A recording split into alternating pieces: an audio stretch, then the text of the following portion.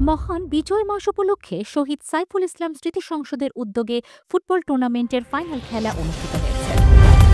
আসসালামু আলাইকুম, স্বাগত জানাচ্ছি বেঙ্গল টিভির নিয়মিত সংবাদ সংযোগে। আমি আপনাদের সাথে রয়েছি মৌসুমী আক্তার সুমি।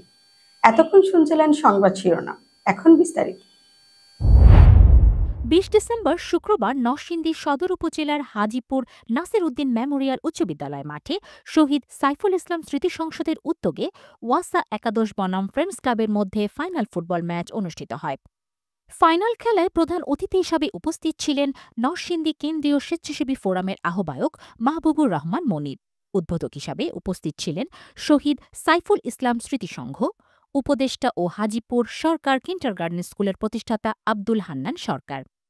শহীদ সাইফুল ইসলাম স্মৃতি সংসদের সভাপতি মেহেদী সরকারের সার্বিক সহযোগিতায় এই ফুটবল খেলা উপলক্ষে হাজীপুর ইউনিয়নের সর্বস্তরের সাধারণ মানুষ হাজীপুর নাসির উদ্দিন মেমোরিয়াল উচ্চ বিদ্যালয় মাঠে উপস্থিত হয়। এই খেলায় কয়েকজন ভিনদেশি ফুটবল খেলোয়াড় অংশগ্রহণ করে, যা স্থানীয়দের খেলা দেখার উৎসাহকে আরও কয়েক গুণ বাড়িয়ে দেয়। খেলা শুরু হওয়ার পূর্বেই মাঠের চতুর্দিকে দর্শকের উপচে পড়া ভিড় লক্ষ্য করা যায়। এই ফাইনাল খেলায় ওয়াসা একাদশ 2-1 গোলে জয়লাভ করে। খেলা শেষে বিজয়ী দল ও রানার্স আপ দলের হাতে পুরস্কার তুলে দেন আমন্ত্রিত অতিথিরা। এতক্ষণ আমাদের সাথে থাকার জন্য আপনাদের ধন্যবাদ।